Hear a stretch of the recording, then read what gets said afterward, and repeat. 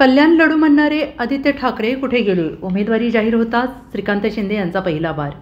कल्याण लोकसभेला मोठमोठ्या वल्गना करून आदित्य ठाकरे, वरुण देसाई आणि उद्धव ठाकरे लढणार असं सांगितलं जात होतं. ते कुठे आहेत? या मतदारसंघात झालेला विकास पाहून त्यांची लढण्याची हिंमत झाली नाही असा टोला खासदार श्रीकांत शिंदे यांनी लगावला.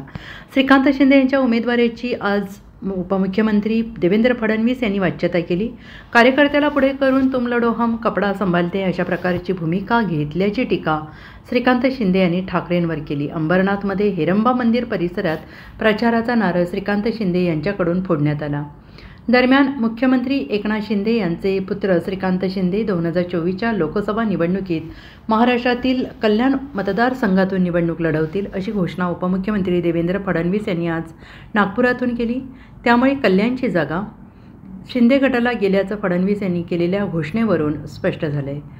कल्याणमधून श्रीकांत शिंदे यांच्या नावाला भाजपच्या स्थानिक नेत्यांनी विरोध केल्यानंतर दुसऱ्या दिवशी ही घोषणा करण्यात आली आहे. या ठिकाणी की आम्ही लढू इथून कोणी कोणी नावं घेतली, कुठल्या नेत्यांची नावं होती या ठिकाणी, कुठे वरुण सरदेसाई गेले, कुठे अजून कोण नेते होते या ठिकाणी की आम्ही लढू या ठिकाणी.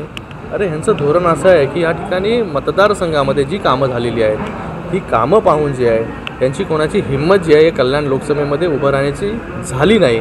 म्हणून एका कार्यकर्त्याला त्या ठिकाणी उभं केलं आणि त्या ठिकाणी जे आहे की तुम लढो हम कपडा संभालते असं ह्यांचं धोरण जे आहे गेल्या अनेक वर्षापासून आहे. ह्यांच्यात हिंमत होती तर ह्यांनी उभं राहायला पाहिलं होतं. या ठिकाणी मोठ्या वल्गना करून झाल्या, पण त्यांना माहिती आहे ह्या कल्याण लोकसभेची जनता जी आहे ही महायुतीच्या पाठीशी आहे, महायुतीच्या उमेदवाराच्या पाठीशी आहे, विकासाच्या पाठीशी आहे.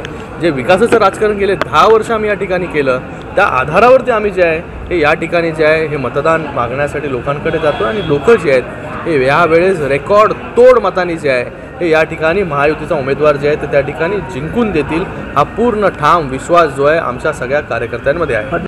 Bureau report, SBN Marathi, Mumbai.